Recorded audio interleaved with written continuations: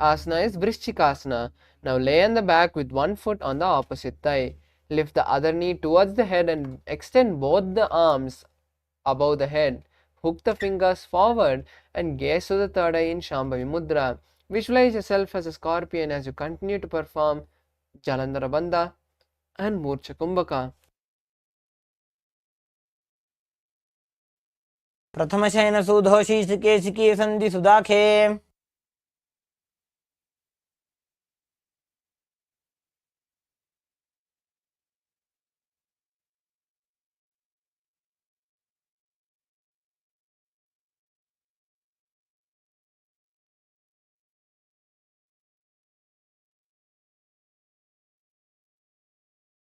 Asana is Vrishchikasana. Now lay on the back and place the opposite foot on the other thigh.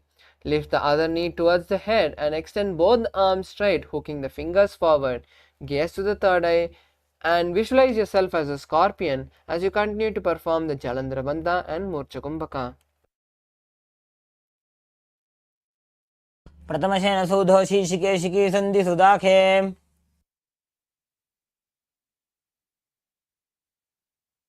Asana is Vrishapada Kshepasana.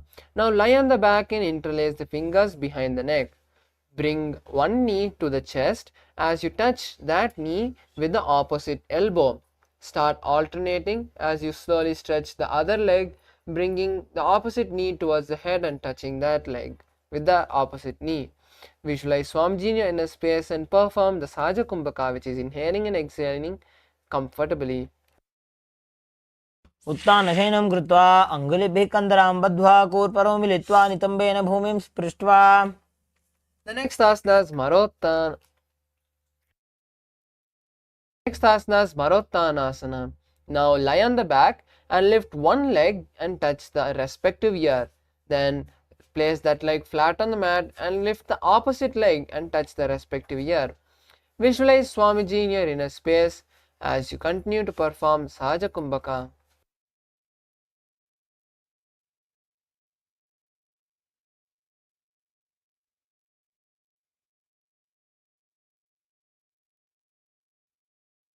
श्रोतानवत्संसिद्धि कृत्वा चानुद्वयं पर्यायेन कर्णयोः संस्पृशेत्.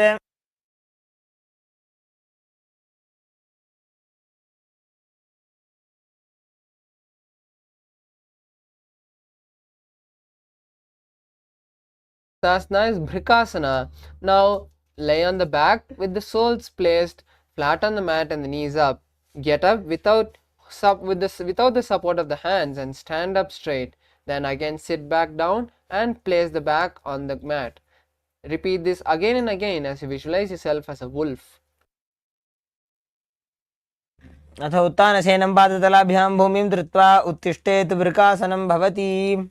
Next asana is Luthasana. Now lay on the back and quickly throw the legs above the head, completely rolling over. Finish in a prone position with your stomach on the ground. Repeat this again and again and visualize Swami.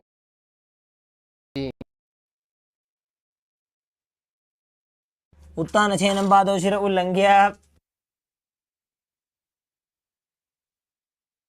Next asana is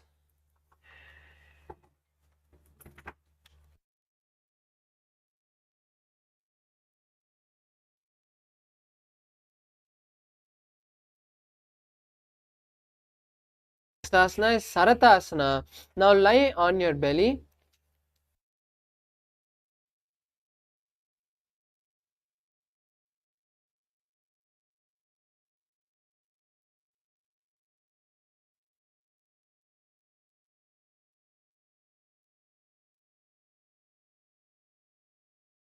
निब्जं शयनं कृत्वा नाभिं भूमौ निधाय सम्बध्यस्ताभ्यां भूमिं वशभ्य. Asana is Dehalyullanghanasana. Now come to a plank position with the hands shoulder width apart. Jump the leg between the hands and then back into a plank position. Repeat this again and again as you visualize Swamiji and continue to perform the Sahaja Kumbhaka.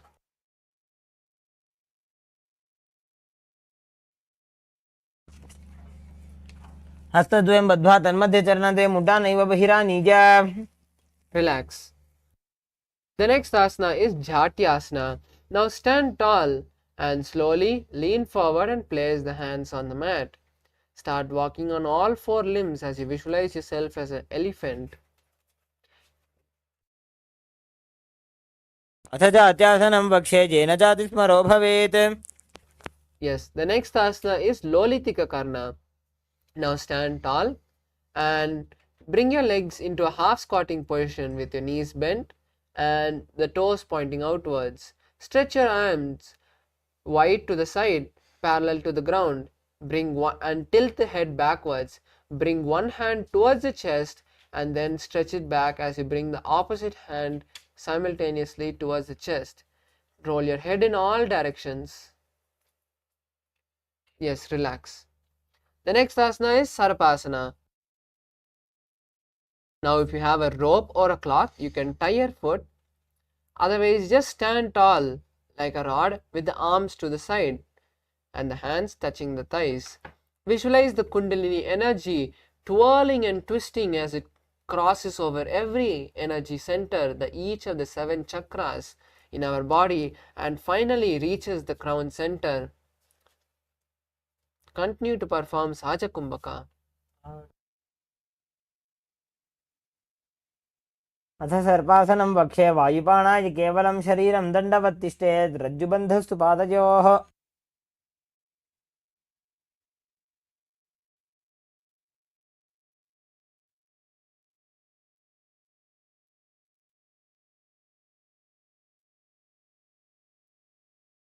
Next asana is Ushtrasadhanasana.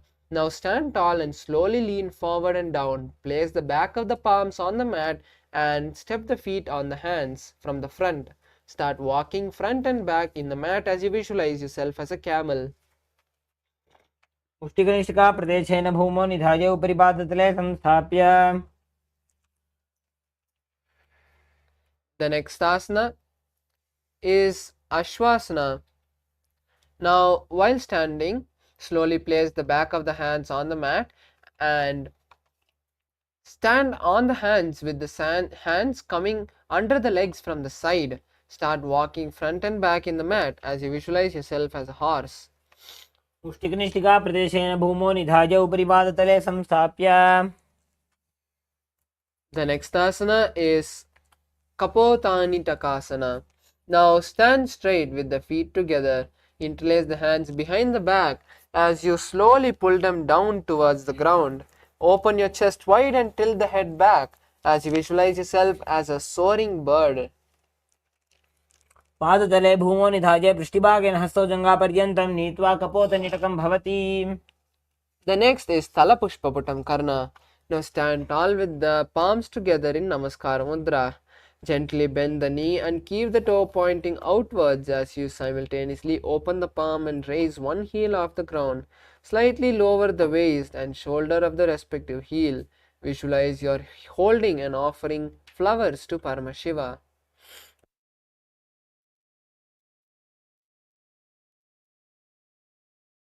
The next asana is Khadgasana. Now lie on your stomach. Then slowly come to a plank position and jump the feet forward. Then place the palms together with the forearms also together, making the horn of the rhinoceros. Visualize yourself as a rhinoceros and gaze to the nose as you continue to perform Sahaja Kumbhaka. सरतमासनं कृत्वा पादतलाभ्यां भूमिं धृत्वा. Next asana is Uttanottanam Asana. Now slowly sit down and stand up. Repeat this again and again like doing sit-ups as you visualize Swamiji in your inner space and gaze to the nose in Shambhavi Mudra. पुनः पुनः उत्थातव्यम् अचितव्यम् इति उत्थानोत्थानं भवति. Relax. Next asana is Musalasana. Now stand up straight and raise the arms above the head. Jump again and again as you visualize yourself as a mace. सरलं स्थित्वा ऊर्ध्वं बाहु नयेत् वारं वारम् उड्डानं कृत्वा. The next asana is Uchirshakasana. Now stand tall and pull one sole towards the belly and hold the leg with both the hands. With the other leg, sit down and stand up. Then Perform this on the other side. Alternate on both sides as you visualize Swamiji and gaze at the nose. एकैकं पादतलं कुक्षौ निधाय तिष्ठेत् उच्छीर्षकं भवति.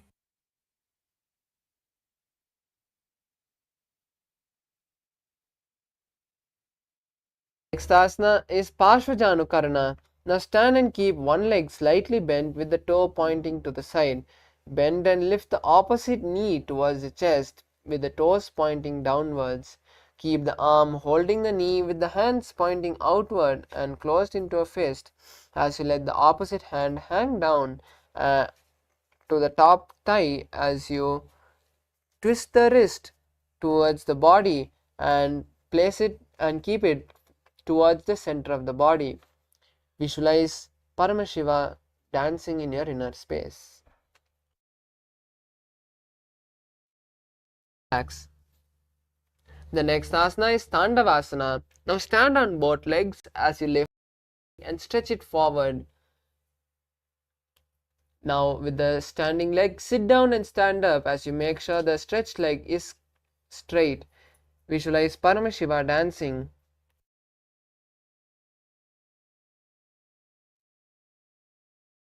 तेन स्थातव्यं ताण्डवासनं भवति. The next asana is Brahmanasana. Now place the left foot on the opposite thigh and stand straight on the mat like a rod. Keep the hands by the side as you visualize Lord Brahma blessing you. Continue to perform the Sahaja Kumbhaka. ब्राह्मणासनम् आपक्षे यत् कृत्वा ब्राह्मणो भवेत्. The next asana is Garudasana. Now stand tall on both the legs and then slowly wrap the left leg over and around the right knee. Tuck the left toe to the other side of the right calf as you simultaneously cross the arm below the right arm. Bring the palms together and visualize Lord Garuda as you continue to perform the Sahaja Kumbhaka. उत्तानकूर्मपीठं च संहस्गारुडमेव च वातायनं गोमुखं च भारद्वाजं त्रिविक्रमम्.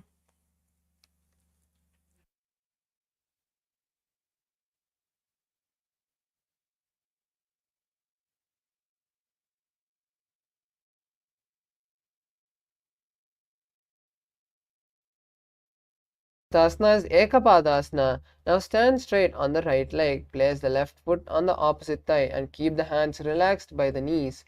Visualize Swamiji in your inner space and perform Sahaja Kumbhaka, which is inhaling and exhaling comfortably. क्षाङ्घ्रिं वामपादस्य जङ्घोपरि निधाय च. The next asana is Dhruvasana. Now stand on the right leg and hold the big toe of the left foot. Straighten the left foot to the side as you rotate your body quickly on the standing leg. एकेन हस्तेन दण्डरूपस्य एकस्य पादस्य अग्रं धृत्वा.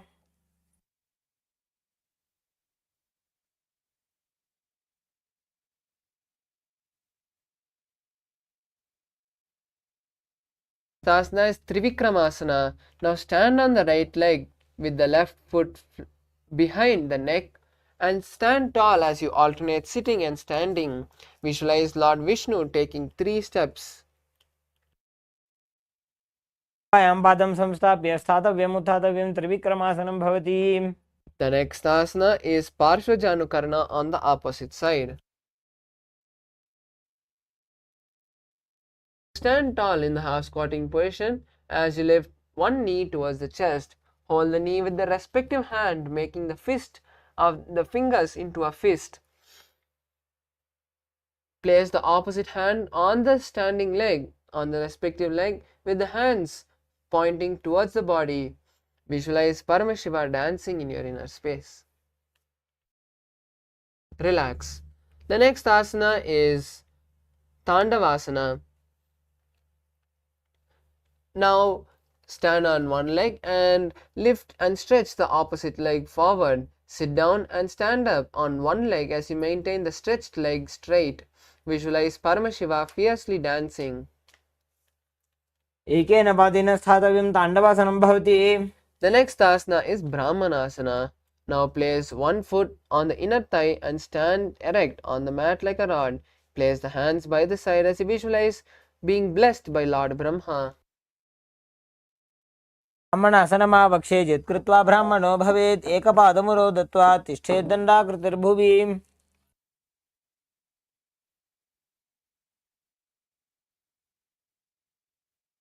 Next asana is Garudasana 3. Now stand tall and wrap the right leg over and around the left knee. Tuck the right toes on the other side of the left calf as you simultaneously cross the right arm below the left arm and bring the palms together. Visualize yourself as Lord Garuda and continue to perform Sahaja Kumbhaka. उत्तानकूर्मपीठं च सिंहस्गारुडमेव च.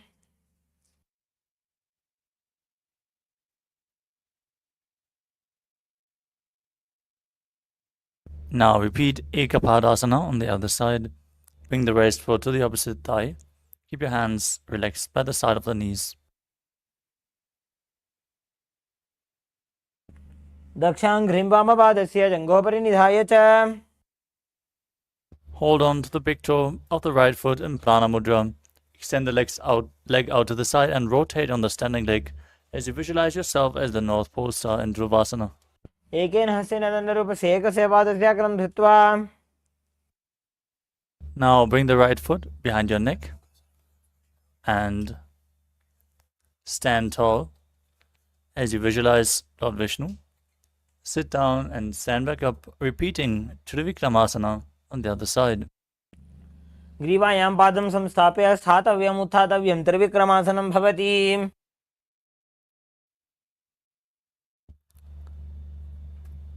Now stand with the heels touching, toes pointing outwards, hands by the side, slightly extended, all fingers apart in Samanaka Karana.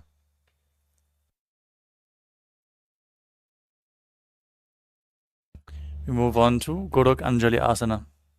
As you stand erect and then bend forward, bring both hands underneath the knees and make a finger lock in Parusha Mudra. Then sit in a squatting posture and let the finger lock touch your navel. As you visualize the great sage Goraknath, the founder of the Nata Yoga Hindu Sampradaya. Perform Jivachara Kumbhaka. Inhale deeply, hold your breath, and move your prana upwards and downwards and throughout your limbs by the force of your will. प्रथमैः उभौ होये बाहुरी नीचो पुनिहोवे. We move on to Kanchi Asana. Now insert your hands between the thighs and calves and then wrap them around behind as you interlock your fingers. Visualize Swamiji in your inner space. ऊरुमध्यात् हस्तौ निवेश्य नितम्बं धृत्वा पादतलाभ्यां भूमिं वष्टभ्य. Next up is Bhairu Asana. Now bring your feet together and sit in a squatting posture with your heels touching your perineum.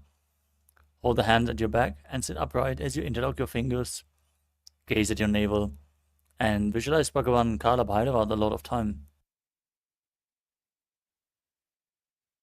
दो उपगी थलिया की माहिल्य को और मिलाई फना पानी उकड़ मोड़ वैसे.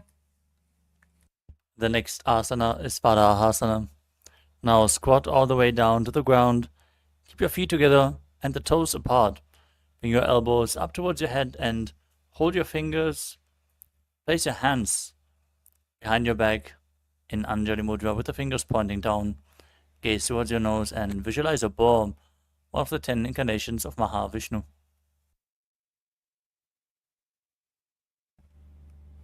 पागतली की माहिली को और मिलाई फना पानी उकड़ मोड़ वैसे. Next up is Prupittasana. With the heels touching, bring your hips to the same level as your knees as you hold onto the big toes in Prana Mudra. Now visualize Swamiji in your inner space. पार्श्वद्वये सम्मील्य स्थित्वा नितम्बं जानुप्रदेशः आनीय. Next up is Bakasana. Now place your hands on the mat, fingers wide, as you bring your knees onto your arms towards your armpits. Lean forward, find balance, and lift your feet off the mat as you visualize yourself as a crow.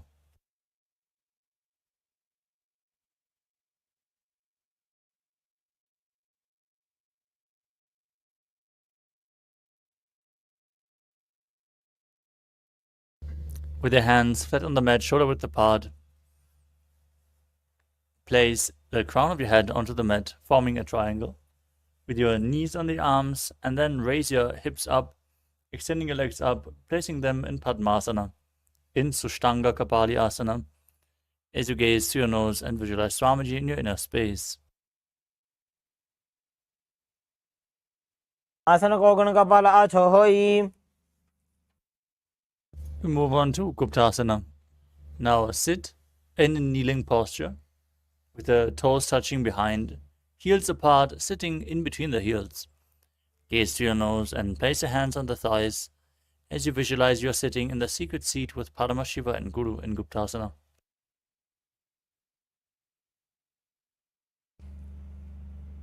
Janurvorantare Padau Kutwa Padau Chagopayet.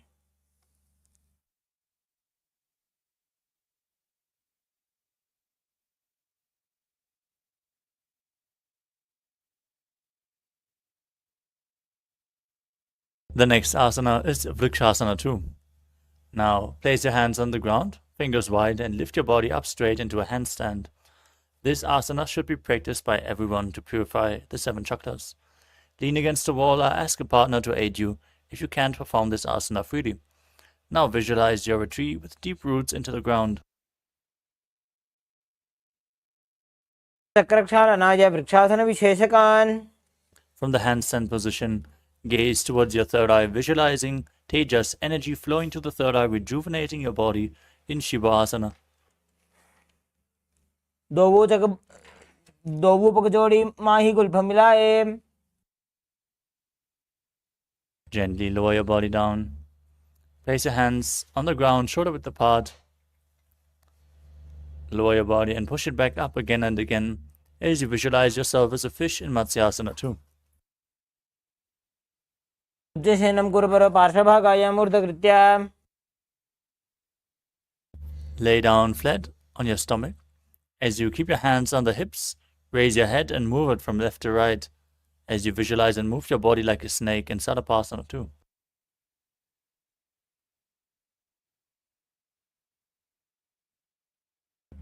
Dibjam Shenam Kritva Hasto Nitamam Samstapya Pado Dighi Kritya. Lay flat on your stomach, toes pointing back, with the elbows on the ground in front of you, holding onto your chin. In Padma Mudra, the Lotus Mudra, rest your chin on your hands as you feel self-supported and completely independent in Niralambanasana. Parabhyam Pankajam Kritva Tishtet Gurupara Yasudihi Mukhamunnamunuchayi Niralambanamasana.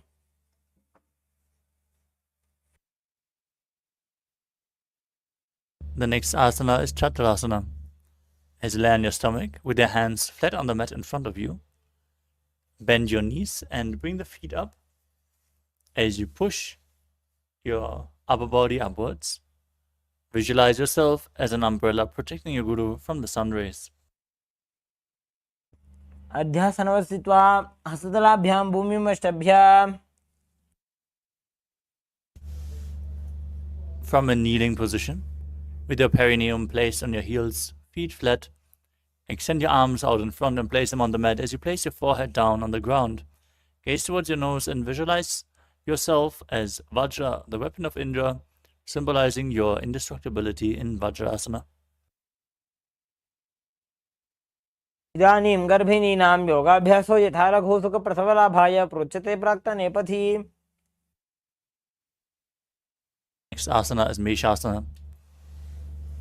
Now place your hands flat on the mat and push your hips up into Gajasana as you alternate striking the ground with your hands, visualizing yourself as powerful as a ram. Gajasana Samstito Ekaikam Bahum Bhumota Rajet Meshasanam Bhavati.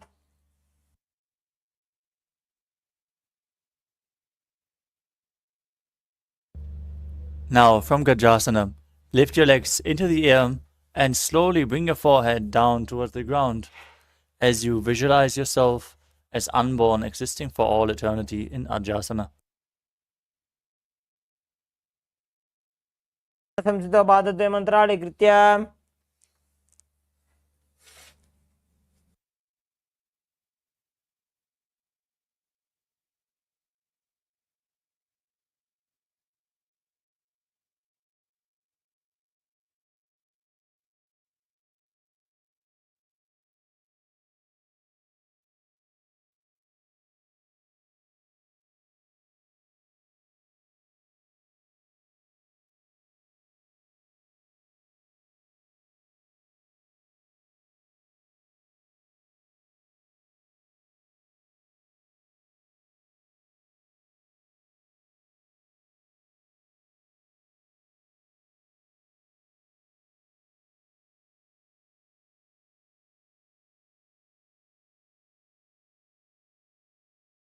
Asana is Dhanantarasana.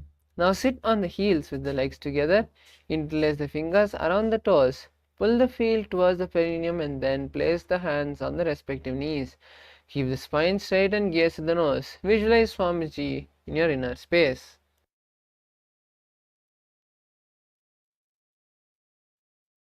पूरब विधि परिहाता की काकसी से फना शरा मोड़ी.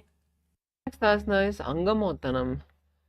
Now interlace your fingers in front and then behind you. Stretch the arms forward to the side and then back, giving various muscles massage.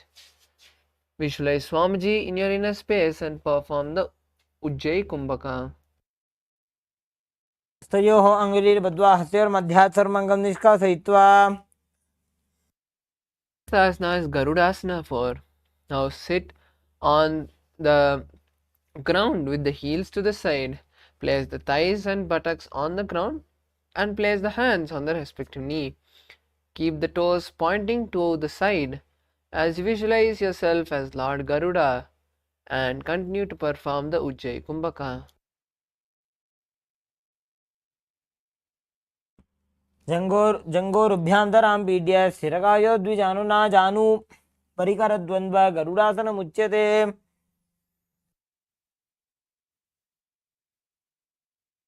Is Ananta Mandirasana. Now sit with the legs folded, knees pointing backward and knees wide.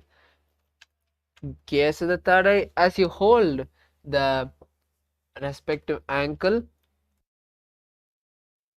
Visualize in yourself residing in a beautiful temple. Gaze to the third eye in Shambhavi Mudra and continue to perform the Ujjayi Kumbhaka. भक्षे वीरनाथ आनन्दमन्दिरासनं यत्कृत्वा अमरो धीरो भवत्येवेह साधकः.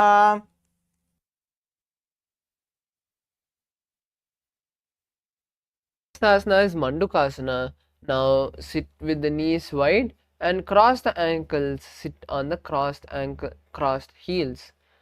Next, hold the respective knee. Place your hands under the respective knee and visualize yourself as a frog as you perform the Manduki Mudra, which is folding your tongue and touching the back of your throat, and perform the Uddiyana Bandha. पृष्ठं सम्पीड्य गुल्फाभ्यां जान्वङ्गे सबलयाकृतिः हस्तो पादतले क्षिप्तो मण्डूकं पाददोषहृत्.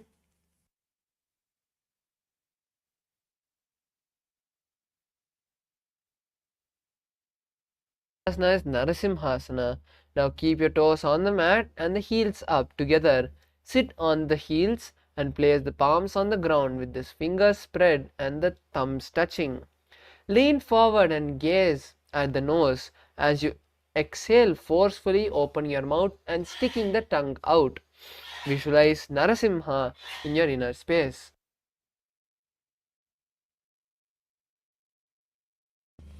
दो बूफना पानी होए वैसे AD Mailer गुदानी वैसे समशरीरनी काट हरावे NASA अग्रदृष्टि को ल्यावे. Next asana is Bhishrakasana. Now sit on the toes and place the perineum on the heels. Separate the knees sideways and place them on the ground. Make a hollow of the palms and place them on the mouth as you keep the teeth on top of the thumbs and close the lip. Gaze to the nose and inhale through the left nostril and exhale through the mouth. Visualize yourself as Devi.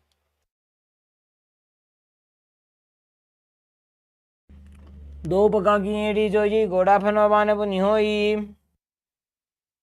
Asana is Makadasana. Now sit with the soles of the feet together on top of the and place the top of the feet on the ground. Sit on the heels and bend the elbows, bringing the fingers to the armpit.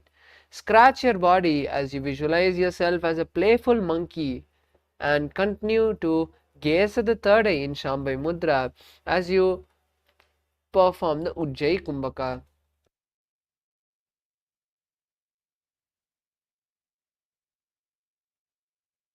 दो पकतली संपट आने तिनकी पृष्ठी भूमि पर इटाने.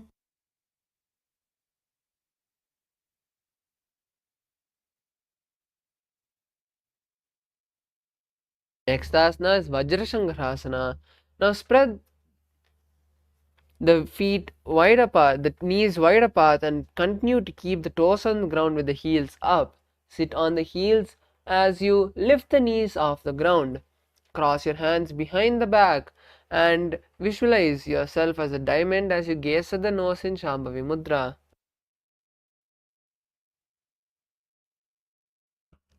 प्रथम बना पानी होए बैसे दो एड़ी को दानी बैसे गोड़ा उभा नाके धीर आड़े बाज पसारे धीर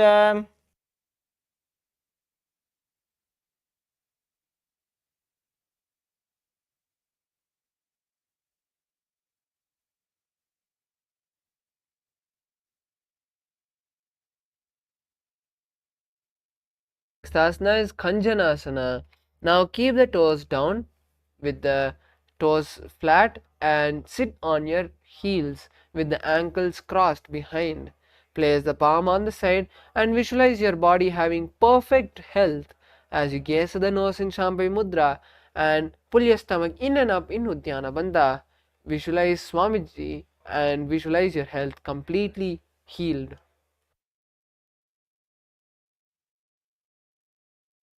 खञ्जनासनमावक्षे युत्कृत्वा सुस्थिरो भवेत् पृष्ठे पादद्वयं बद्ध्वा हस्तौ भूमौ प्रधारयेत्.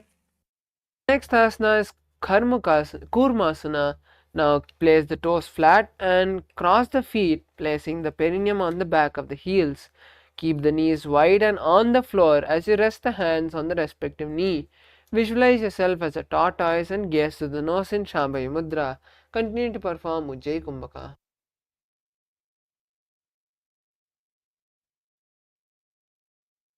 गुल्फौ च वृषणस्याधो व्युत्क्रमेण समाहितो ऋजुकाय शिरो ग्रीवं कूर्मासनमितीरितम्. The next asana is Yogasana. Now sit with the toes flat, feet crossed, and sit on the heels. Gaze to the nose as you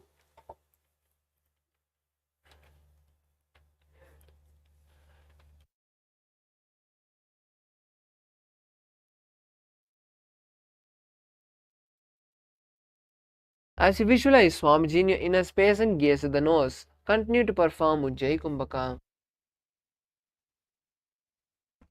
गुदं नियम्य गुल्फाभ्यां व्युत्क्रमेण समाहितः योगासनं भवेदेतदिति योगविदो विदुः. The next asana is Vijogasana. Now stand on the knees and cross the ankles behind and keep the feet near the opposite knee. Hold the calf with the fingers inside and the thumbs out as you gaze at the third eye. Visualize Swamiji and gaze at the third eye in Shambhavi Mudra as you continue to perform Ujjayi Kumbhaka.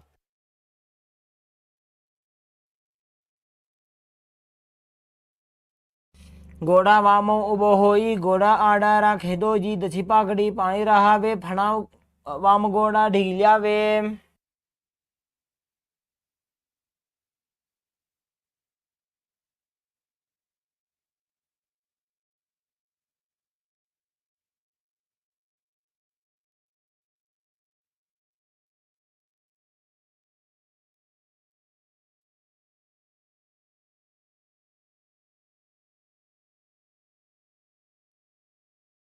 Asana is Ushtrasana 2.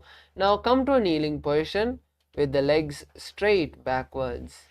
Bend back and hold the ankles with the hands. Keep the arms straight and push the hip forward as you tilt the head back. Visualize yourself as a camel as you continue to perform the Ujjayi Kumbhaka.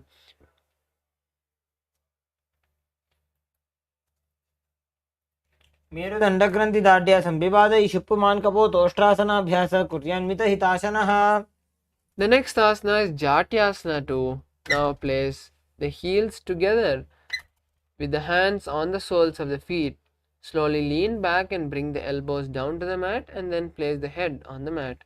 Gaze at the nose as you visualize yourself as a lotus and continue to perform the Ujjayi Kumbhaka.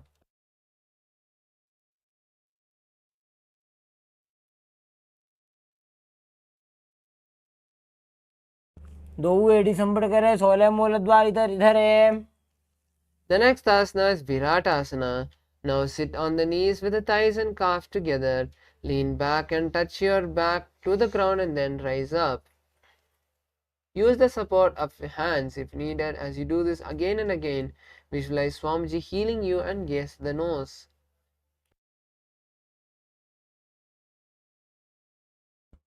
जङ्घापृष्ठभूमौ निधाय जङ्घोदरयोः ऊर्ध्वनि संस्थाप्य पृष्ठिवंशं वारं वारं स्पृशेत्. Next asana is Viratasana. Kapotasana. Now from Viratasana, raise the hips up higher and bring the forearms on the mat. Hold the back of the heels and bring the head between the feet. Visualize yourself as a beautiful dove as you continue to perform the Ujjayi Kumbhaka. मेरुदण्डग्रन्थिदार्ढ्य संविपातैः उपमानकपोतोष्ट्रासनाभ्यासः कुर्यान्वितहिताशनः. Next asana is Varasana. Now come to a kneeling position with the hands holding the opposite elbow and the knees together. Keep the toes pointing back as you visualize receiving a boon from Paramashiva. Gaze at the nose in Shambhavi Mudra and continue to perform the Ujjayi Kumbhaka.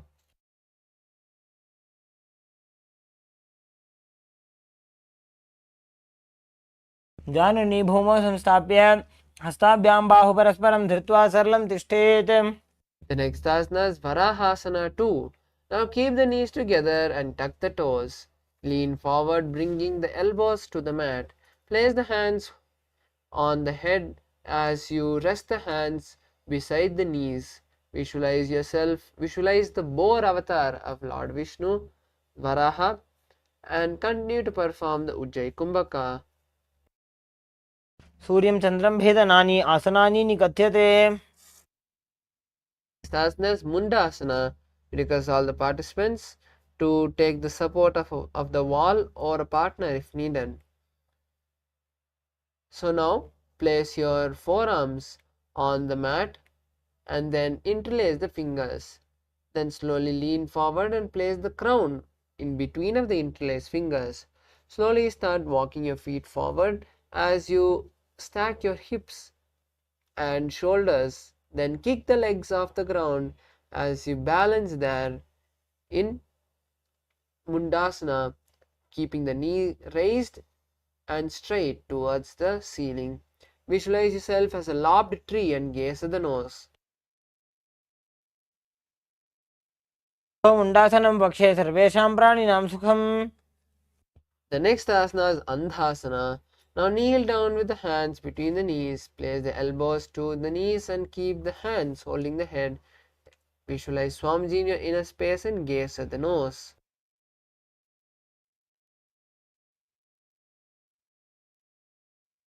प्रथम भगदली समटारावे कोरमाहिली उभे मिलावे. Next asana is Viparita Shalabhasana. Now lie on the belly with the arms extended out. Lift the thighs, arms and chest and head as you lift the whole body except the abdomen, balancing on the abdomen off the ground. Visualize yourself as a locust in Viparita Shalabhasana.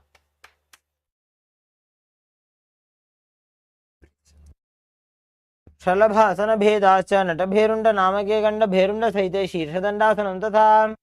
Next asana is Kapalasana. Now lie on the belly and place the arms at the side. Keep the palms facing down and the forehead also on the mat. Lift the legs up as you keep the chest on the mat. Visualize a skull in your inner space.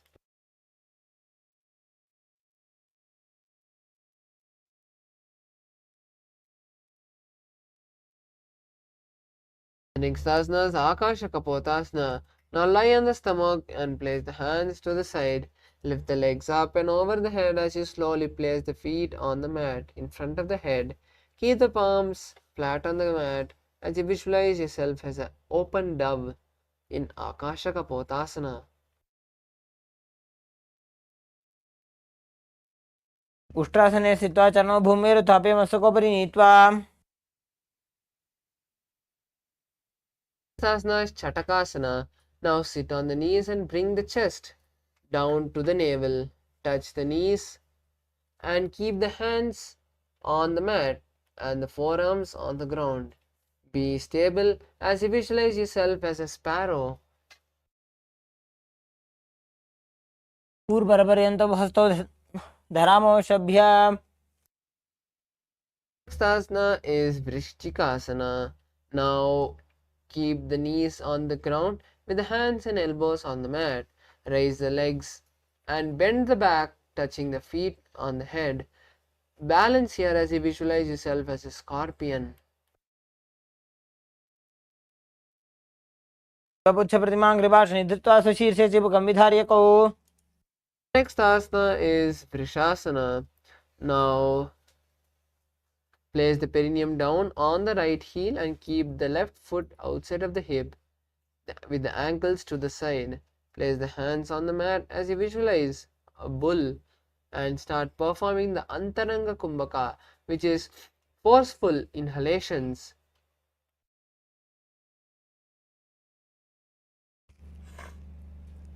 यामे गुल्फे पादमूले वामभागे पदेतरं विपरीतं स्पृशेत् भूमिं वृषासनमिदं भवेत्. Next asana is Lolasana. Now come to a kneeling position with the hands flat in the ground. Lift the knees off the ground and cross the toes of the left foot over top the right.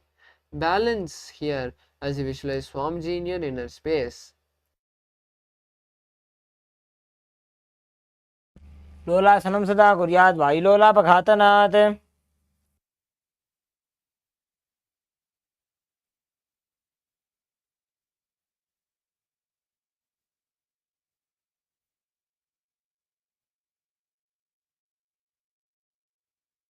Next asana is Vrishasana. Now place the perineum down on the left heel. Keep the left foot outside of the hip with the ankle to the side. Place the hands on the mat as you visualize yourself as a bull and continue to perform the Antaranga Kumbhaka. यामे गुल्फे पादमूले वामभागे पदेतरं विपरीतं स्पृशेत् भूमिं वृषासनमिदं भवेत्. The next asana is Balagunasana. Now place the left toe on the ground and sit on the heel of the left foot. Place the right foot on the ground with the knee raised to the chest. Place the palms on the respective knees as you maintain an upright posture, visualizing the sage, the Siddha, Balaguna, and continuing to perform the Antaranga Kumbhaka.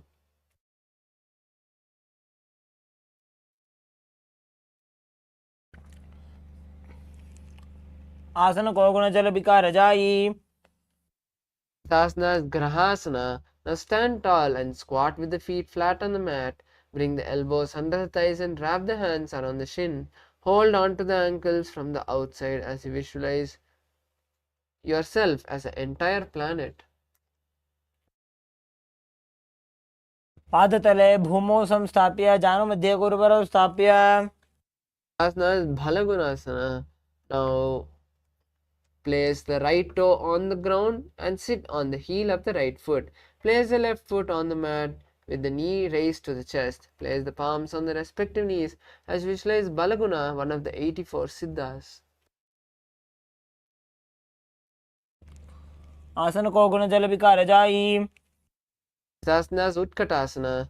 Now sit in a squatting position with your heels, with your knees together. Visualize Swamiji in your inner space as you continue to perform the Antaranga Kumbhaka. युजास्पिजस्ति यद ऊर्वजानो यत्रासने पादतलद्वयोपरि.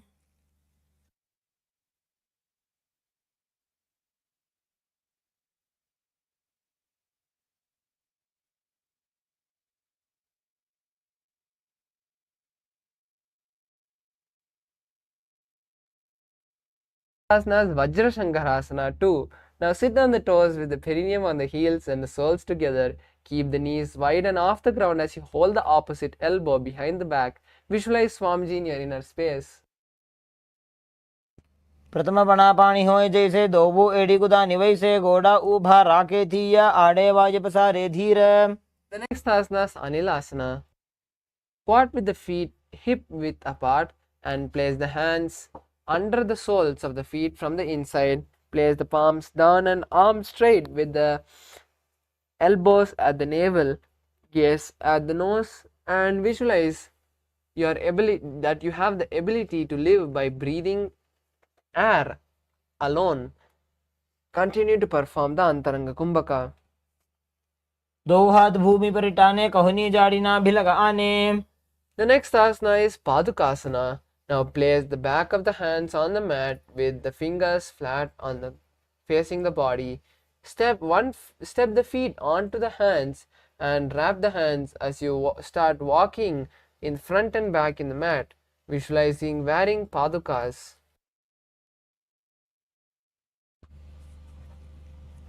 हस्ततलयोः पादतले कृत्वा तिष्ठेत् गच्छेत् पादुकासनं भवति. Stasana is Kukkutoddhana asana. Now place the palms on the mat, shoulder width apart, and raise both the feet up into the air and let them fall back down. Repeat this again and again as you visualize yourself as a rooster.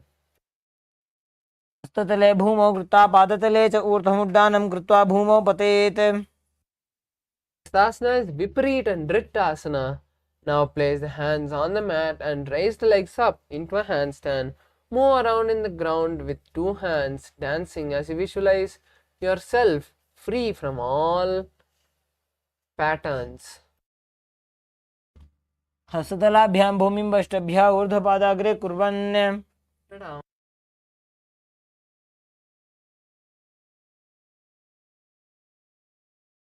Sasana is Kunjarasana. Now separate the feet and place one palm down on the mat with the other arm straight. Bring the opposite hand to the head as you visualize Swamiji in your inner space and continue to perform the Sahaja Kumbhaka. अथ वक्षे महादेव कुञ्जरासनमुत्तमं करेणैकेन पादाभ्यां भूमौ तिष्ठेत् शिरःकरः. Stasana is Kunjarasana on the opposite side. Now separate the feet and place one palm down, and on the other palm keep the other palm hand straight. Bring the opposite hand to the head and visualize Swamiji in your inner space. अथ वक्षे महादेव कुञ्जरासनमुत्तमं करेणैकेन पादाभ्यां भूमौ तिष्ठेत् शिरःकरः. Stasana is Kadambasana. Now sit on the ground with the feet flat and heels close to the body. Hold the respective ankle till and lift the feet off the ground, balancing on the toes. Visualize yourself as the Kadamba tree, a pious tree that promotes a long life.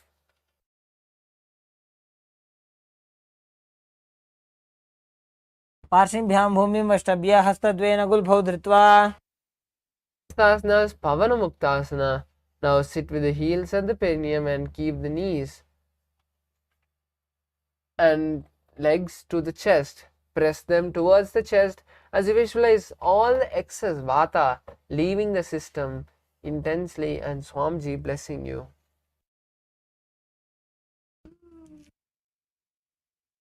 द्वयोस्तु पादयोः पाणिं लात्वा स्वस्वनितम्बके जानुनि वक्षसि साधुर्बभ्रति करबन्धनैः.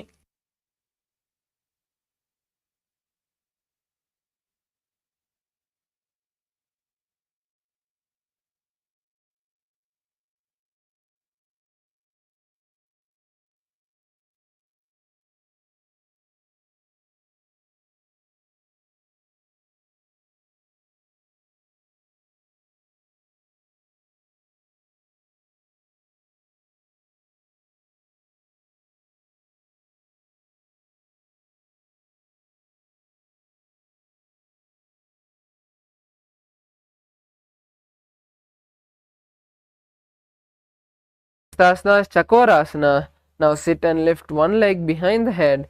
Place both the hands flat on the mat and extend the opposite leg up with the knee straight. Lift the entire body off the ground and keep the chin up. Visualize yourself as a powerful source of energy and continue to perform the Sahaja Kumbhaka as you gaze to the third eye. पूर्वतानं चतुष्पादपीठं वज्रासनं तथा च कोरक्रौञ्च शलभभुजङ्गमपि वृश्चिकम्. The next asana is Dhanurasana 2.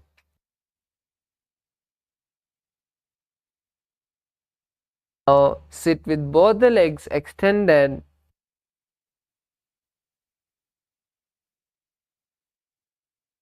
Sit on the ground with both the legs extended. Hold the left toe with the left hand, index and middle fingers, and pull the foot to the ear.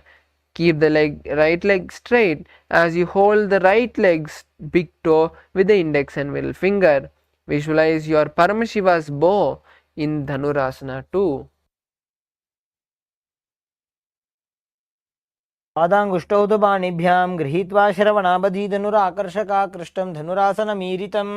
The next asana is Ashtavakrasana. Now come to a squatting position. As you lift one seated position, as you lift one leg over top the left shoulder, bring the right foot across and hook it on top of the left foot as you lean forward while extending the feet to the left side. Bring the head and chest up as you visualize yourself as a flying crane. वासिष्ठमथ कौण्डिन्यम् ऊर्ध्वकुक्कुटमेव च अष्टावक्रमथोत्थानं मयूरं सेतुबन्धनम्. The next asana is Pranasana. Now place the right foot, and Gangadhar is doing the same mistake that I pleaded him not to do. Now place your right foot on the left thigh and bring the left foot flat on the ground. Have the left shoulder underneath the raised left leg and place the hands flat on the ground. Visualize yourself having the ability to live by breathing air alone and gaze at the third eye in Shambhavi Mudra. एतत् प्रभेदं वक्ष्यामि करोति यस्य चामरः. Next asana is Paramaśivānandam. Now place the right leg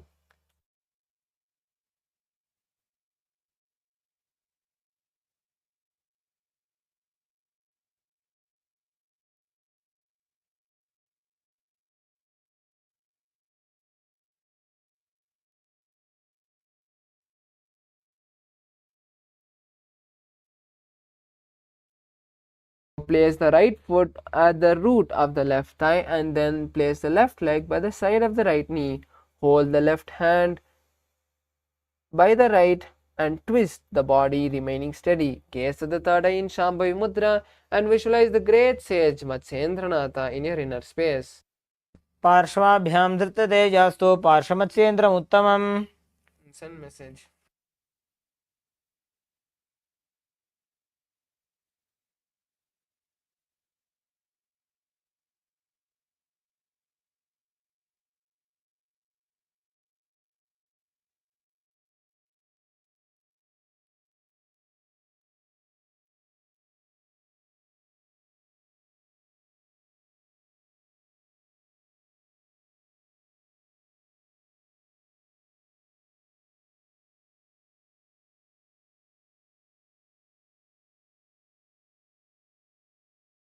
Next asana is Chakorasana on the opposite side. Now sit with both the legs stretched and place one leg behind the head. Bring both the hands flat on the ground as you extend the opposite leg with the knee straight. Lift the entire body off the ground and keep the chin up. Visualize yourself as a powerful source of energy and gaze at the third eye. पूर्वतानं चतुष्पादपीठं वज्रासनं तथा च कोरक्रौञ्चशलभभुजङ्गमपि वृश्चिकम्. Asanas Dhanurasana 2. Now keep both the legs extended forward as you hold the right toe with the index finger and middle finger of the right hand. Pull the foot towards the right ear. Keep the left leg extended as you hold the left foot big toe with the left hand index and middle finger. Visualize your Paramashiva's bow and continue to perform the Sahaja Kumbhaka. पादाङ्गुष्टौ तु पाणिभ्यां गृहीत्वा श्रवणाबधीधनुराकर्षकाकृष्टं धनुरासनमीरितम्. Asana is Ashtavakrasana. Now place the right leg over top the left shoulder. Bring the left foot across and hook on top of the right foot. Lean forward and down while extending the leg out to the right as you lift the head up and chest up. Visualize yourself as a flying crane. वासिष्ठमथ कौण्डिन्यम् ऊर्ध्वकुक्कुटमेव च अष्टावक्रमथोत्थानं मयूरं सेतुबन्धनम्. Next asana is Pranasana on the other side. Now place the right foot on the left thigh and bring the left foot flat on the ground. Have the left shoulder underneath the raised left leg and place the hand flat on the ground. Visualize yourself having the ability to live by breathing prana alone and gaze at the third eye in Shambhavi Mudra.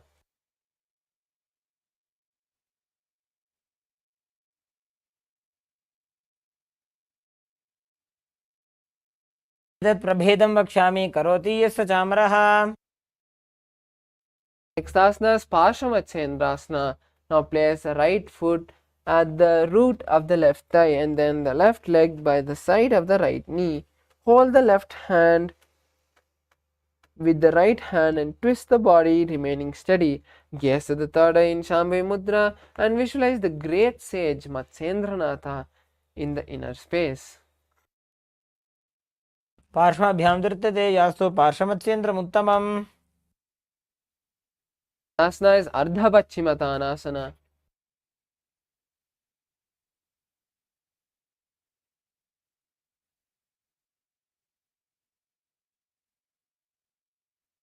Now keep one leg straight and press the other heel at the perineum. Lean forward, placing the chest down and the head on the knee. Hold the front foot with both the hands as you visualize Swamiji in your inner space and start performing the Jiva Chalakumbhaka. एकं पादं प्रसार्य एकं पादस्य पार्श्वनासीवनी सम्पीड्य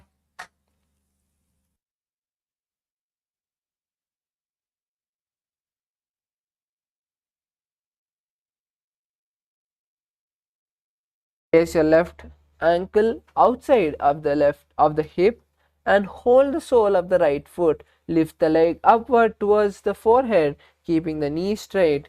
Gaze at the nose and visualize yourself as a crane as you perform the Jiva Chalakumbhaka, which is inhaling, visualizing the prana traveling all over the body and then exhaling. उत्तानपादं क्रौञ्चं च मरीचिं वीरभद्रकं नटराजं त्रिकोणं च सुप्ताङ्गुष्ठप्रसारणे. Next asana is Ardha Paschimottanasana on the other side. Now keep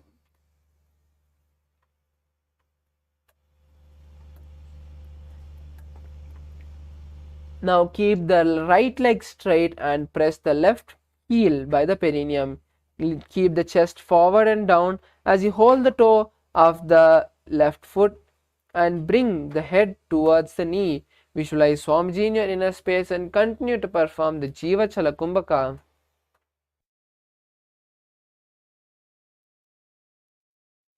एकं पादं प्रसार्य एकं पादस्य पार्श्वनासीवनी सम्पीड्य. Next asana is Kraunchasana.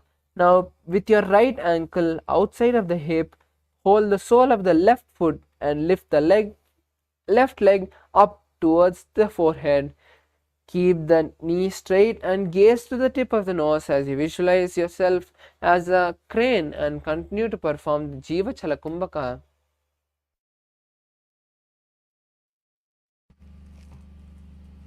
उत्तानपादं क्रौञ्चं च मरीचिं वीरभद्रकं नटराजं त्रिकोणं च सुप्ताङ्गुष्ठप्रसारणे. Swastikasana.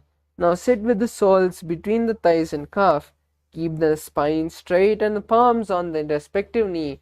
Gaze to the nose in Shambhavi Mudra as you visualize yourself as the embodiment of peace and good fortune. जानोर्वोरन्त्रे सम्यक् कृत्वा पादतले उभे रुजुकाय समासीनः स्वस्तिकं तत् प्रचक्षते. Next asana is Ghorakshasana. Now keep the feet in the same posture as you cover the respective heel with the hand. Tuck the chin to the chest in Jalandhara Bandha and visualize the great sage Gorakhnatha. Gaze at the nose. जानोर्वोरन्त्रे पादौ उत्तानौ व्यक्तसंस्थितौ गुल्फौ छाच्छाद्य हस्ताभ्याम् उत्तानाभ्यां प्रयत्ततः. The next asana is Bhagasana. Now continue to keep the legs in the same posture as you visualize Swamiji and gaze in the third eye. Now perform Shanmukhi Mudra, which is locking the mouth with the index and little and ring fingers. Close the nose with the middle finger. Close the eyes with the index finger and the ears with the thumbs.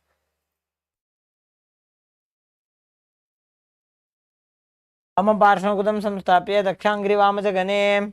The next asana is Yogasana 2. Now sit in Padmasana, placing the feet on opposite thighs. Place the back of the palms on the mat by your side.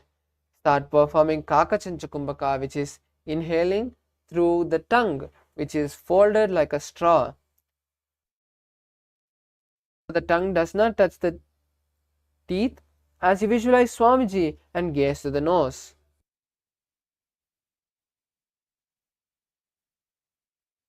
उत्तानौ चरणौ कृत्वा संस्थाप्योपरि जानुनोः आसनोपरि संस्थाप्य चोत्तानं करयुग्मकम्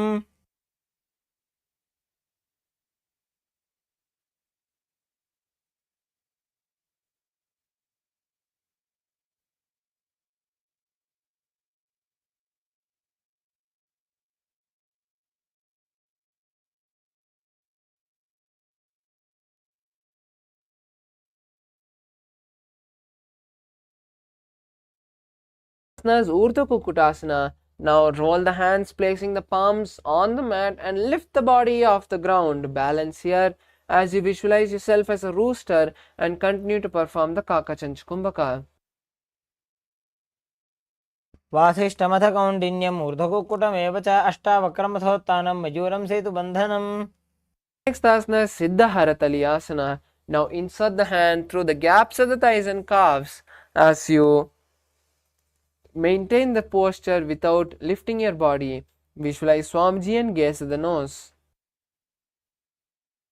प्रथम पद्मासन को करे हस्त दो भूगोड़ासन दिधरे. Asana is Hamsasana. Now from the position, lift the body off the ground on your hands and visualize yourself as a swan and gaze at the nose. कुटासन स्थित्वा स्कंदपर्यन्तं मूरोनि नीत्वा तिष्ठेत्. Next asana is Karmakasana. Now from Padmasana, place the hands between the thighs and calves and sit with reaching the hand behind the body. Interlace the fingers and bring the forehead to the floor as you visualize yourself as Paramashiva's bow. प्रथम पद्मासन को करे घोड़ासन दिमाही कर इधरे.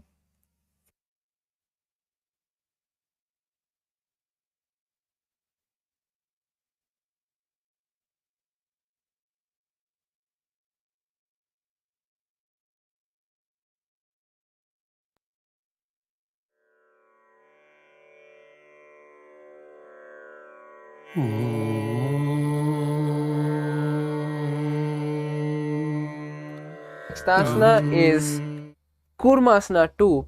Now from Padmasana, insert the hands between the thighs and calves and hold on to the neck. Visualize a turtle and continue to perform the Kakachanchukumbhaka. By जंग प्रदर्शन बावा दाई जंग परिबा इल्याबा. The next asana is Granthi Bhedasana. Maintain the same position as you just tuck the chin to the chest in Jalandhara Bandha. Visualize Paramashiva and gaze at the nose. अथ पक्षे नीलकण्ठ ग्रन्थिभेदासनं शुभं ज्ञात्वा रुद्रो भवे क्षिप्रं सूक्ष्मवायुनिषेवनात्. Asana is Uttana Kurmasana. Now maintain the posture as you slowly lie down on your back. Keep the hands on the respective shoulder and visualize a tortoise. Gaze at the nose.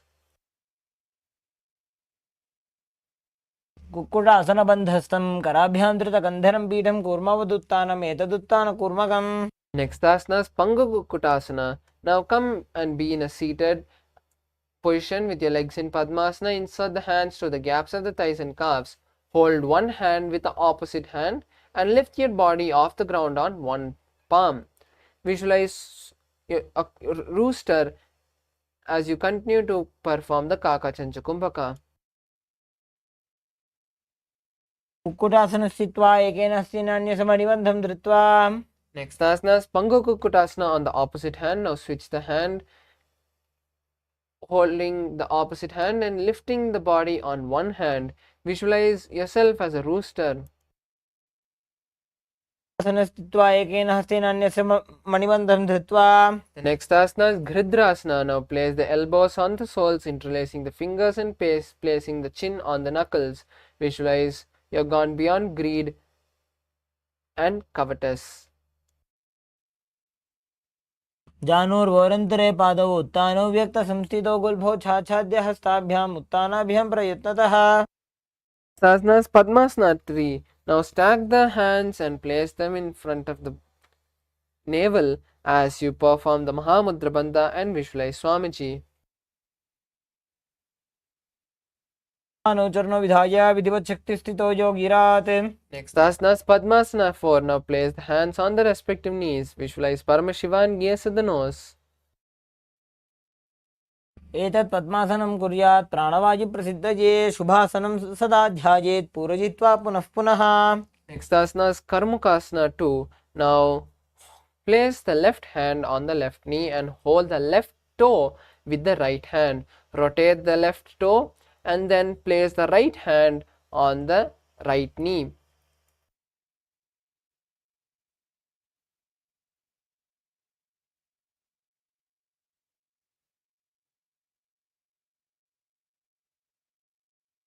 Place right hand on the right knee and hold the right toes with the left hand and circle them. Visualize yourself as a bow.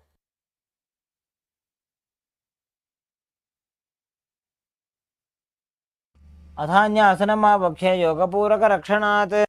Next asana is Karmukasana 3. Now cross your hands behind the back and hold on to the respective legs. Visualize your Paramashiva's bow and perform the Mahamudra Bandha. कार्मुकासनमाक्षित्य उदरे पूरयेत् सुखं तदा वायुर्वसो याति कालेन सूक्ष्मवायुना. The next asana is Dhridasana. Now release the Mahamudra Bandha and visualize your Paramashiva's third eye as you just switch the gaze to the third eye. ऊरुभ्यामुपरि स्थाप्य पादयुग्मं प्रयत्नतः दक्षिणं सव्यदेशे च सव्यं दक्षिणदेशके. Next asana is Nagrasana. Now from Karmukasana 3, try to hold on to the toes and lie down. If you can't, just cross the hands behind the back and lie down. Visualize a snake and gaze at the nose. प्रथम पद्मासन को उठाने, दो हाथ पाछाने आने. Asana is Kandukasana. Now release the Padmasana and place the thighs on the chest. Wrap your legs with the hands and squeeze your body, visualizing yourself as a ball. वेत्रासने स्थित्वा हस्तपादान् निष्कुष्य ऊर्ध्वं नजेत्. Next asana is Urdhva Pavanasana. Now place the legs flat on the mat with the knees pointing up. Visualize Swamiji and interlace the hands behind the neck as you gaze at the nose. प्रथमे सूधो सही न करावे, घोड़ा ऊभा राशि मिलावे. Next asana is Markata Pitasana. Now place the hands underneath the respective heels and lift the hips up. Lock your chin to the chest in Jalandhara Bandha and perform Murcha Kumbhaka. उत्तानशयनं पादतले उत्तानहस्तयोः स्थापयेत् पृष्ठभागमुत्रमजेत्. Next asana is Uttana Shikihi Pitakasana. Now place your hands underneath the hips and stretch the legs forward, keeping the legs straight. Visualize Swamiji and gaze at the nose. घोरुबलहीनश्चेत् उत्तानशिखिपीठकम् अप्रमत्तः प्रकुर्वीत भुक्तेः प्राग्विजितेन्द्रियः. Asana is Narakasana. Now slowly keep your hands under the hips as you slowly walk the legs towards the body and kick them up. Then place the hands on the mat and visualize traveling blissfully through hell. ग्रीवाकण्ठेन भूमिं विष्टम्भ पादाग्रद्वयमूर्धमुन्नयेत्. Next asana is Tiryanavakasana. Now place the hands on the respective hips and slowly angle the legs forward. Visualize yourself as a boat. नौकावत् स्थित्वा ऊर्ध्वं पादाग्रद्वयं नयेत्. The next asana is Dvajasana. Now place the hands back on the mat and maintain the legs up. Visualize the Kailasa flag. तिर्यन्नौकावते ग्रीवापृष्ठकोर्परैः भूमिं वष्टभ्य. Last asana is Mritasana. Now lie down, completely relaxing your body. Place the hands by your side with the palms up. Just see Swamiji blessing you as you perform the Shakti Chalana Mudra, seeing the Kundalini travel from the root center to the crown center.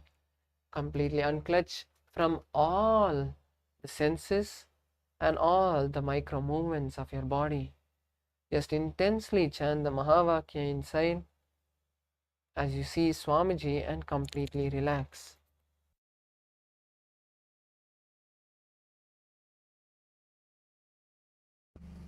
उत्तानं शववद्भूमौ शयनं तोषवासनं शवासनं श्रमहरं चित्तविश्रान्तिकारणम्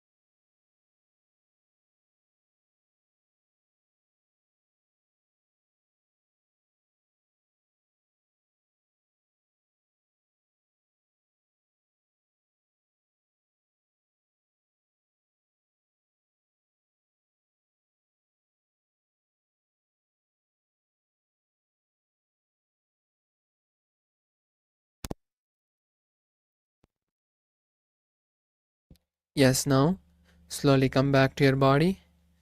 Start moving your legs and hands. Bring awareness to all the muscles of your body again. We have completed the 308 asana sequence now. So slowly come back to all your bodies as the Kundalini is completely awakened in us. Now bring the legs to your chest. Wrap the legs with your hands and rock from side to side. Slowly come to a comfortable seated position. You're beautifully now. We have completed the 308 asana sequence. Now, after this yoga session, we'll be having the power manifestation session. So, I request all the participants to just stay on for a few more minutes after the yoga to intensely manifest powers first, to bolt this Kundalini energy, to bolt this high energy that we have awakened through the 308 asana yoga sequence, and then get refreshed for the next sessions. So now let's finish with the Purna Mantra. Let's all sit straight with our head, neck and spine in a straight line. Bring your hands to the heart center with the palms together in Namaskara Mudra. Close your eyes and take a deep inhalation as you visualize Swamiji. Let's chant the Purna Mantra. Om Purnamadah Purnamidam Purnat Purnamudachyate Purnasya Purnamadaya Purnamevavashishyate. Om Shanti Shanti Shanti Hari Om Tat Sat Sarvam Bhagavat Shri Nithyananda Paramashiva Padukarpanamastu. Om Nithyanandam. Thank you all the participants for beautifully participating in this session. Let's now go and start manifesting powers. அறிவு கட்ட மூதேவி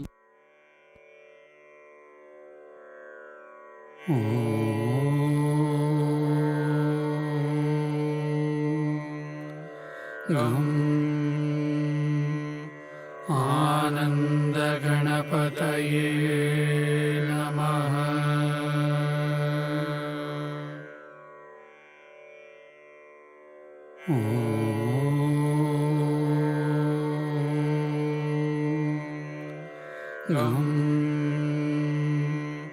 ஆனந்த கணபதயே நமः.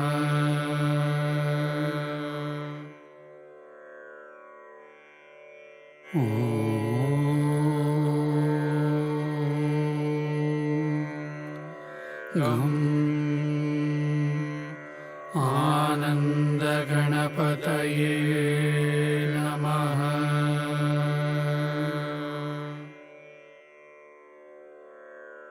ஆனந்த கணபதயே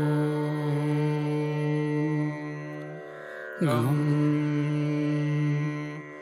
ஆனந்த கணபதயே நமः.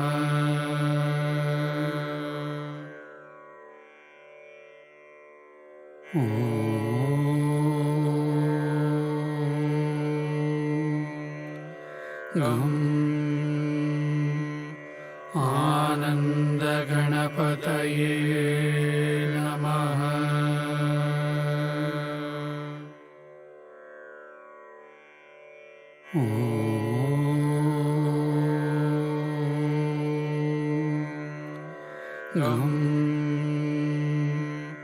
ஆனந்த கணபதயே நமः.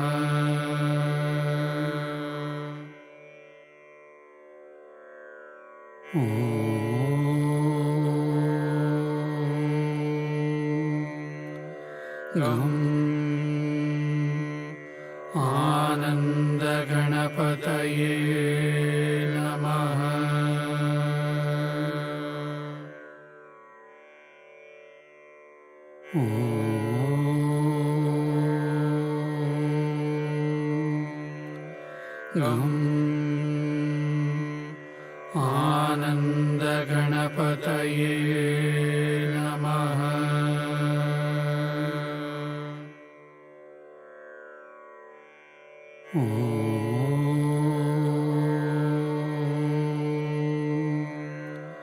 Om आनन्दगणपतये नमः।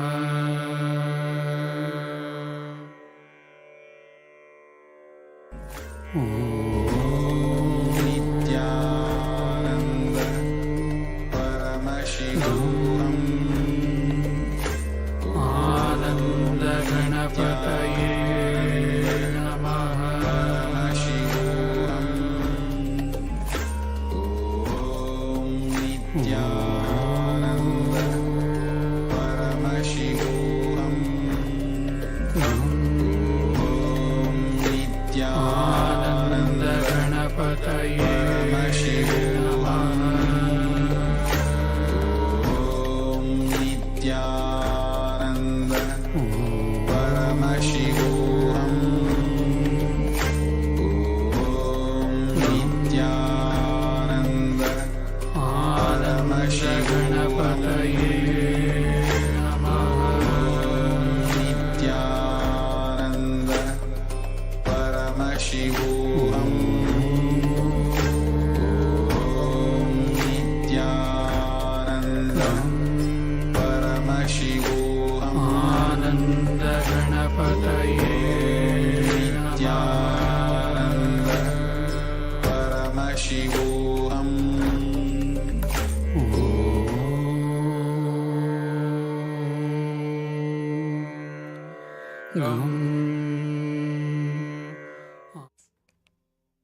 नित्यानन्दं परमसुखदं केवलं ज्ञानमूर्तिं द्वन्द्वातीतं गगनसदृशं तत्त्वमस्याधिलक्ष्यम् एकं नित्यं विमलमचलं सर्वधी साक्षिभूतं भावातीतं त्रिगुणरहितं सद्गुरुं तं Namami.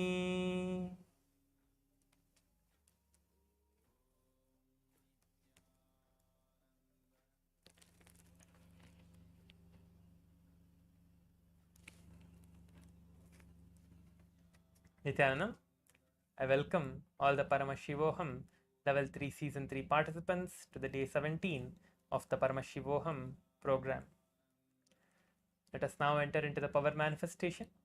We have just completed the Prathama Vinyasa Krama and the Dvitiya Vinyasa Krama Yoga, establishing ourselves in that space of oneness and prepared ourselves to manifest Paramashiva, to manifest Swamiji himself, who is the embodiment of Paramashiva. Let us now enter into the power manifestation. I request all the participants to get your eye bands and be seated in front of the camera. We are going to be beginning the session shortly. Please get your eye bands, be seated in front of the camera. Make sure that your cameras are turned on. Sadhyo Jatashiva, Kaikun, Amritapanananda, and Fabio. Please make sure to keep your cameras turned on.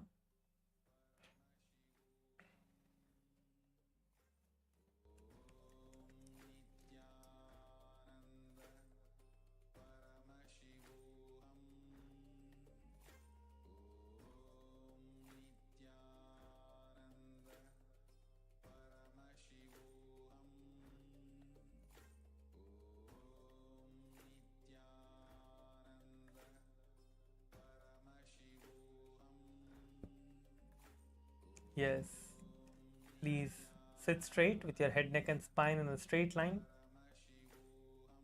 I just wanted to remind everyone that manifesting these powers are not just being able to see with your eyes closed or being able to scan someone's body or seeing any distances.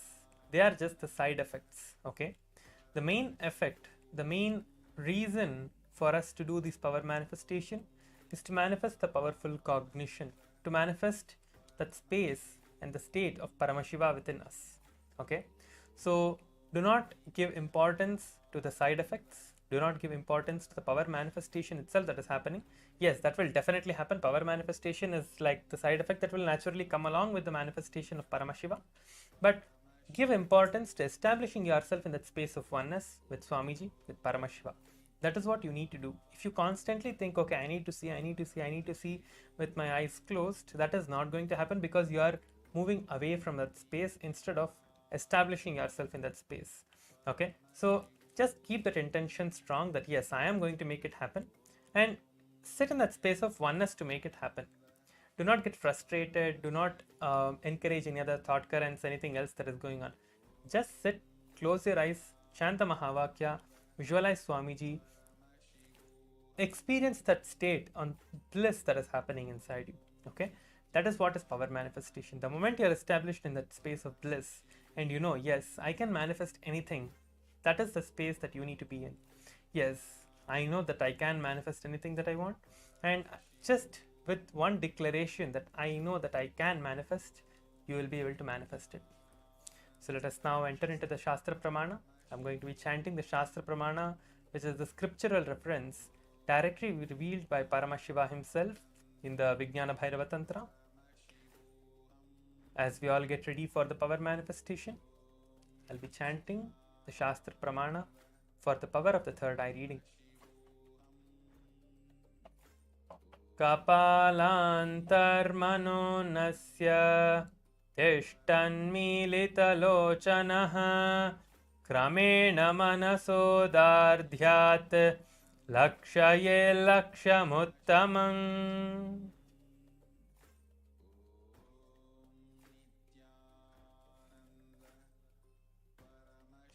Yes. Let us now enter into the power manifestation. Keep your eyes closed. I'm going to be projecting 2 words. Yesterday we saw 1 word, but today I'm going to be projecting 2 words. So let us continue the power manifestation. Keep your eyes closed. The image is going to be projected. Intensely chant the Mahavakya, visualizing Swamiji in your third eye.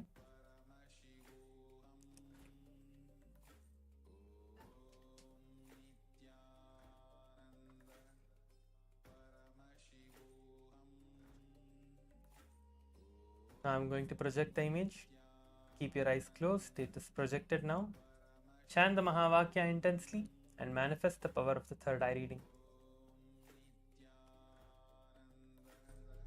Paramashivoham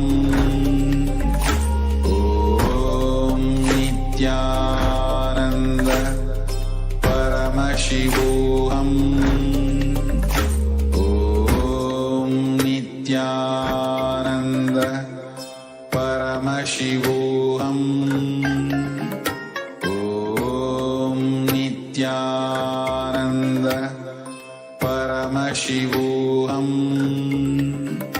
Om Nithyananda Paramashivoham Om Nithyananda Paramashivoham Om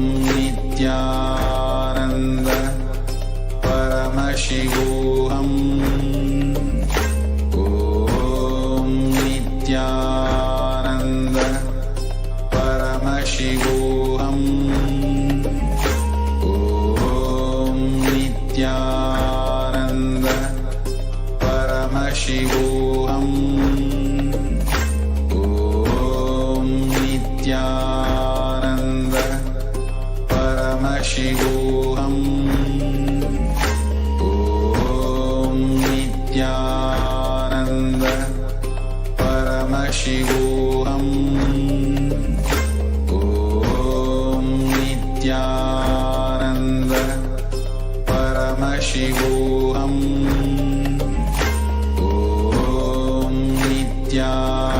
Om Nithyananda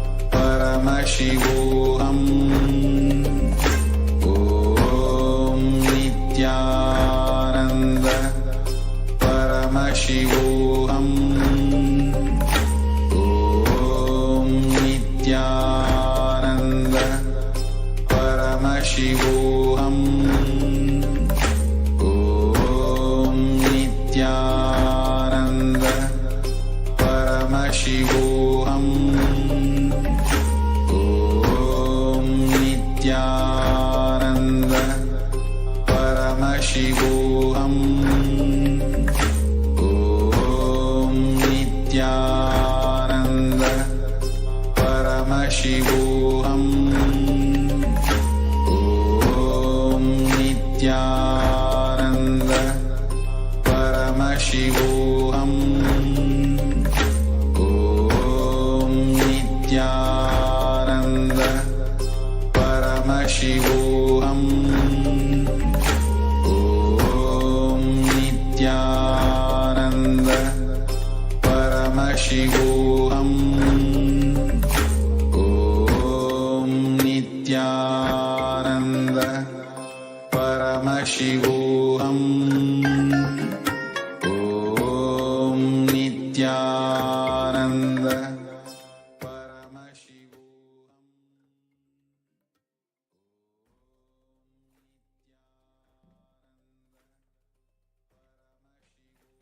Yes.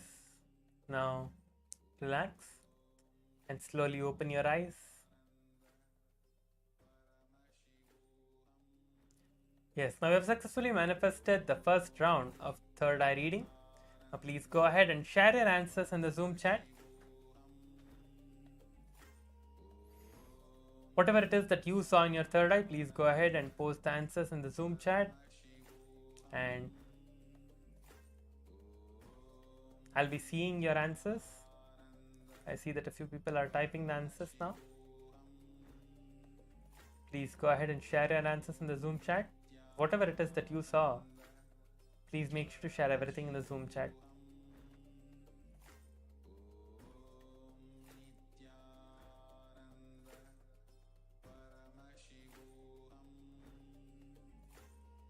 Share everything. Whatever you saw, share everything in the Zoom chat.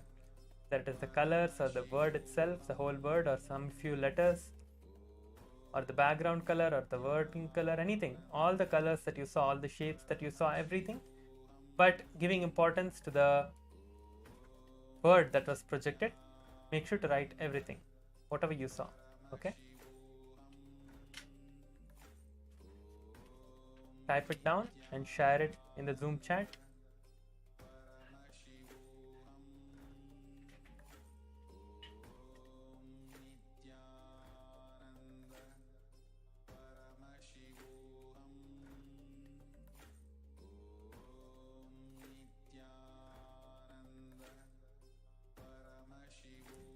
Yes, Xiao Feng is saying game.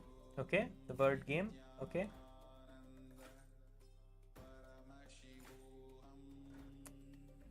Yes, now I'm going to be projecting the image so you can see for yourself and see what it is. Yes, you can see now the word was trade and dream. It's okay. You will all manifest these powers. Okay.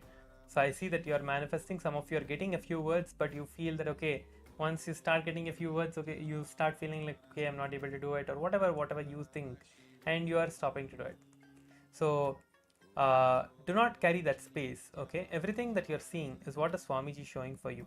So just know this inside you that whatever you are seeing, whatever power you are manifesting, it is Swamiji's manifestation happening through you because you are all initiated. So you will all continue to manifest and make sure that you are manifesting. Do not just feel that oh, I'm not able to manifest and whatever and stop doing it. Continue to manifest. Make sure that you are having that, holding that space within you that yes, Swamiji is the one who is manifesting in me. Let me continue to decide to let Swamiji manifest through me. That is all you need to do and you will manifest this. Okay, so let us move on to the next round now. Please close your eyes, tie your eye bands again, tie your eye bands on your eyes and get ready for the power manifestation.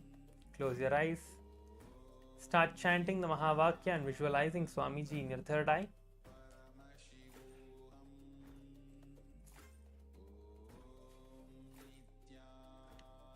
Now intensely chant the Mahavakya. Visualize Swamiji.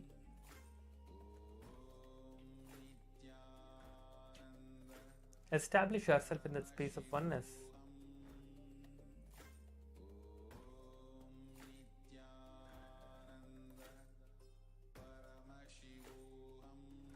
Keep your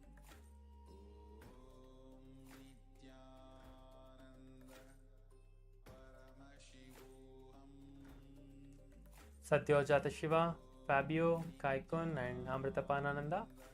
Please make sure to turn on your cameras so that we can see you and guide you.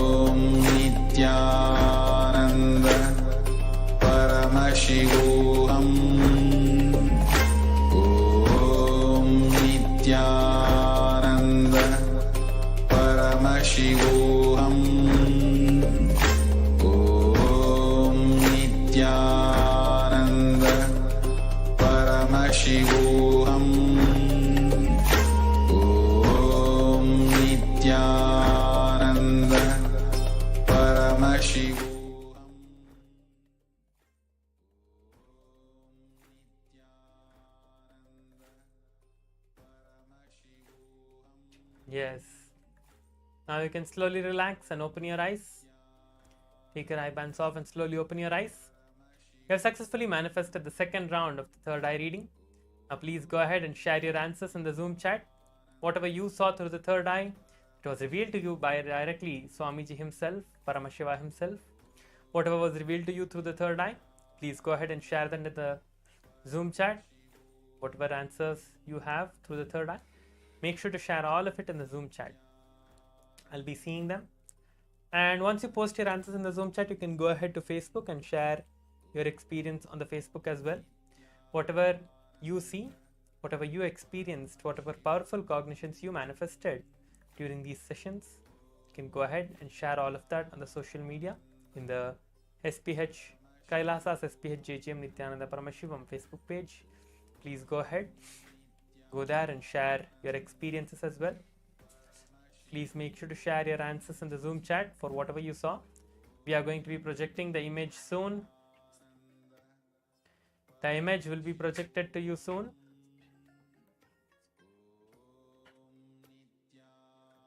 Yes.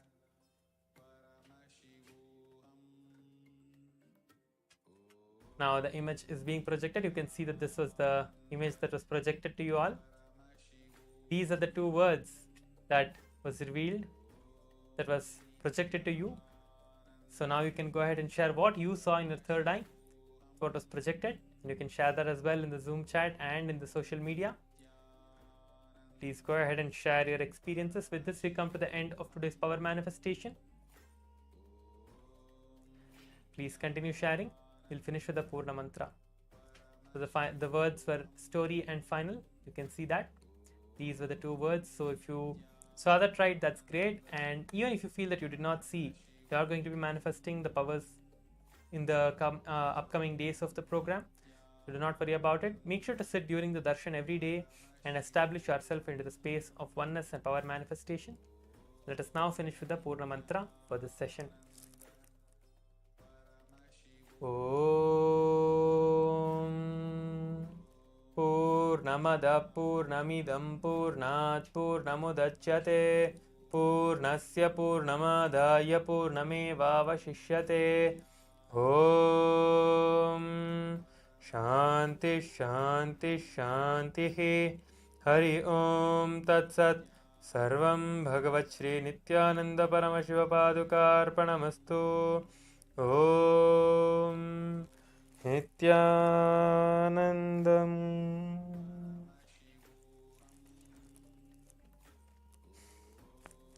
Please stay tuned for the next session. We are going to be coming back right for the next session. Please stay tuned. Thank you, Nithyanandam.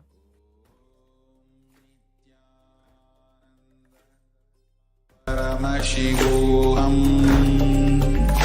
Om Nithyananda Paramashivoham.